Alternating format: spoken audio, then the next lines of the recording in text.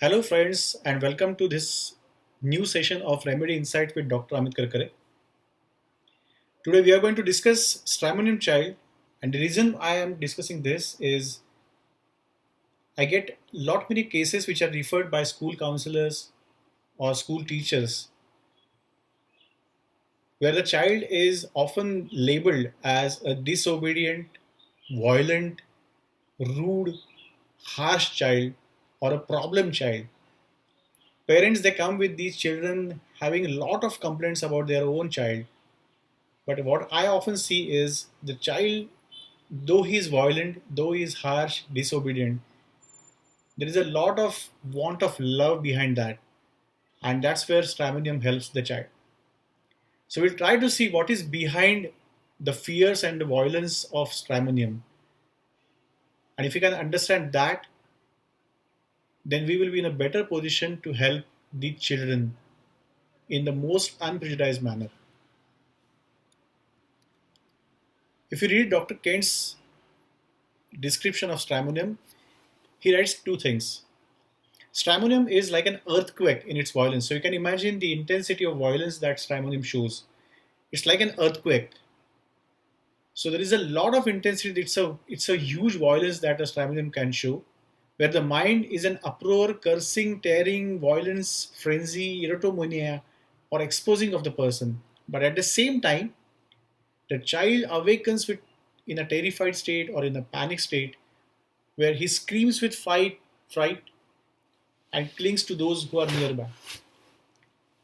So there are two states which are present at the same time. There is a state of extreme violence and there is a state of extreme fear as well in the same child. If we read Boger, he has a typical knack of describing a remedy or describing too much of information in just few words. That is the key of Dr. Boger. So he writes remedy of terrors but lacking in pain, or there is a painlessness. Dreads darkness, but at the same time there is a horror of glistening objects. There is a great thirst, but dreads water. So these are the alternating states that's a key feature of a Stramonium state. If we see various fears of Stramonium, they have lots of fear and they have them in a very intense manner. They have claustrophobia, they have nightmares, they fear violence, though they themselves are very violent, they fear violence. There is a fear of dark as well as fear of light. There is a fear of water because they have a fear of shining objects. So anything which shines, water or mirror or shining metals, they always are dread. They always dread such objects. There is a fear of death. There is a fear of animals, especially dogs, and there is a fear of being alone as well. So though they are violent, they are asocial. Usually people don't like to be with them. They also have that fear of being alone as well. So alternating states is one of the very prominent features of a Stramonium personality or Stramonium manifestations. They have a fear of dark, but yet they will shun light. They don't want to be in a bright or lighted room. They will reject all social connects. They will behave in a very asocial manner. They will be very violent, very disobedient, very harsh. They will not follow rules in the schools. So they will be obviously labeled as a problem child, but still inside they always have a strong want of love. So this strong want of love makes them to crave for attention, but only thing is their ways of getting attention is uncalled, or it's not the right way of getting attention. So they try to get attention through their violence, through their uh, improper behavior. They have a violence on one side as well as strong fears on other sides. On physicals, they have convulsions as well as paralysis. They have a fear of being alone, but yet they show a very strong social behavior. They can be pompous, they can be showy, as well as they can be shy, where they will hide behind their mothers when they come to your clinic or inside your cabin. All these things can be described in one rubric, which is given in Kant. They have a delusion that God, He is, alternatively, He is a devil as well. So this alternate states of being God and being devil is the key feature of Stramonium. And if you can understand this, it will be very easy to understand the Stramonium, prescribe Stramonium, and help a Stramonium child. So how does this evolve? Most of the times, mothers they give a strong history that during the pregnancy, during those very essential or like a very significant 9 months of pregnancy, they were troubled by various things. They were harassed, they were injured, they were tormented. It can be at a level of physical tormented, physical injury or physical harassment, as well as an emotional harassment. So the child, it's right from the birth or right from a very young age of 1 or 2 years, where usually there is no harsh experience from the environment, but still there is an innate suspiciousness which can be seen in that child about humanity. They always fear that people are not going to behave properly with them, people are going to harm them, people are going to be a threat to them, people are going to act in an ill will manner with them.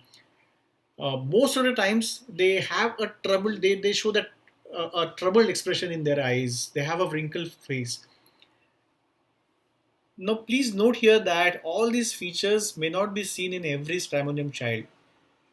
A child which, where the mother is giving a history that the pregnancy was completely normal or this thing, they might not show this troubled eyes or wrinkled face or all these things. But these are the very common features as well. On their face or in their behavior, there is a lot of agitation and unease. They always feel at odds with the environment. They always have some kind of friction with the environment from within. They always, because there is an innate suspiciousness, so they will always take everything in a very bad perspective, in a very wrong perspective. Though we try to help them, they will see that in a very suspicious manner. Why this person is helping me? Why does he want to take advantage of my situation and all those things? So there is a chronic apprehension where they expect always that the worst will happen to them.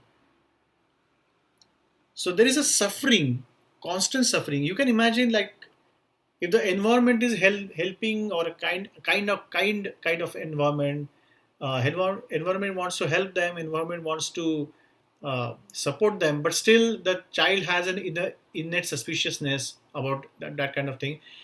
Such state or such perspective towards the environment will be a lot of it itself will create a lot of suffering within.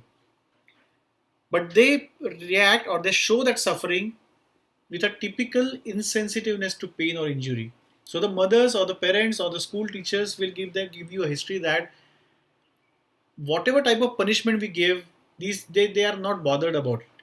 So if we hit them, if we suspend them from the school, if we give strong punishment, if we lock them in the room, they don't get they are not bothered about whatever is happening. So they don't show any kind of progress, any kind of change in their environment and the change in their behavior, and they will just go on behaving in the same manner.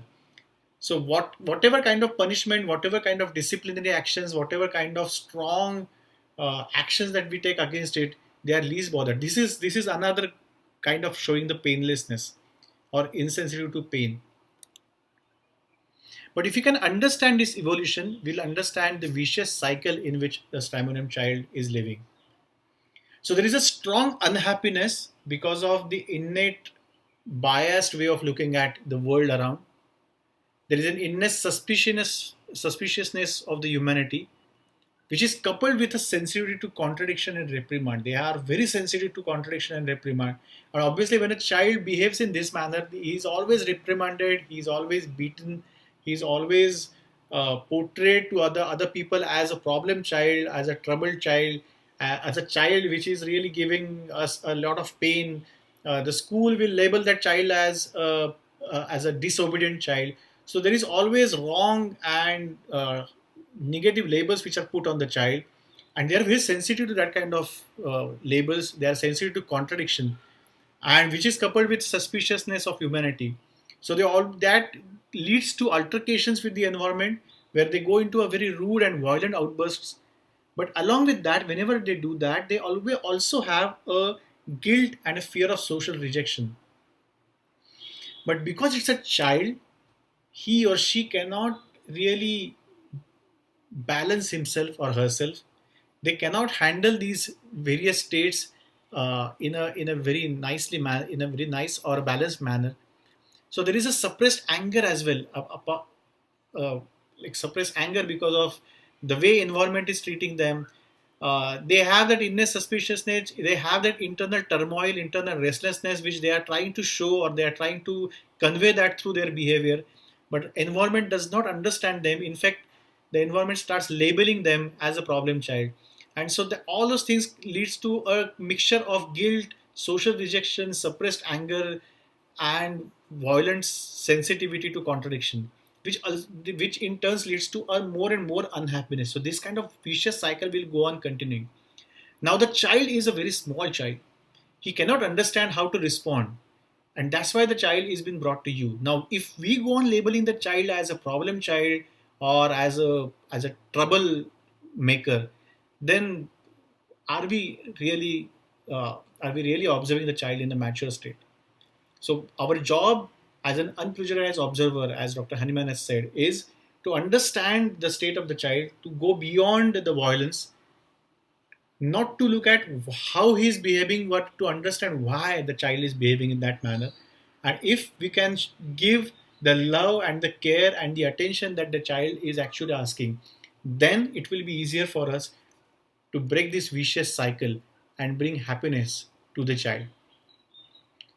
So to summarize, there can be a lot of violence, there can be a lot of fear, there can be a lot of disobedience, harsh, rude, violent expressions which can be shown by the Stramonium child. But if we, as a homeopathic doctors, can understand the want of love behind that, then we can also hear the cry for help as well from the same violent expressions. And if you can hear that, if you can listen to them, if you can understand why they are behaving in that manner, then I think it will be easier for us to help the child in the best possible manner through homeopathy. I hope you have liked this session of Remedy Insights with Dr. Amit Karkare. This was a Stramonium child, the way I have seen in my clinics. Stramonium really has helped so many children in their behavior pattern till now.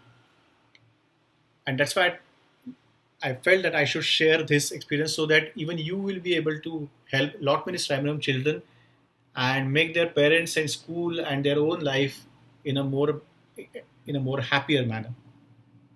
If you want to know more about some other remedies, please write your comments in the comment section below and let me know what remedy you would like to uh, know more about, and I will post a video on the same YouTube channel. Please subscribe to our channel. Please share this video so that it will reach to more and more audience. Thank you.